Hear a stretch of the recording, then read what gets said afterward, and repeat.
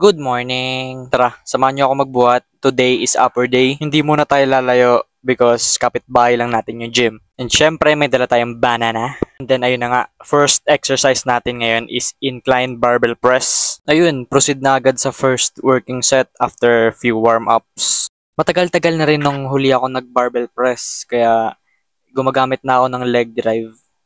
Kung napapansin nyo. And next natin dyan is barbell row. So, focus tayo sa upper back ngayon kasi sa tingin ko napaka-overpowered na ng lats ko. And hindi na pumapantay yung thickness.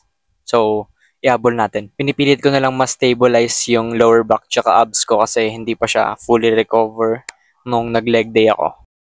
Ay siya nga pala, may kasabay tayong poging big bro. And last chest exercise namin is machine press. Kapogi talaga kahit nahihirapan, hakot, pati senior citizen ba. Tapos pag sa akin, tignan nyo. Wala, focus tayo sa buhat. Last na back workout na pala to. Chest supported dumbbell row.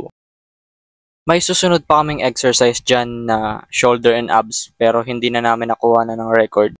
Syempre after buhat, pump check. La vida es un carrusel.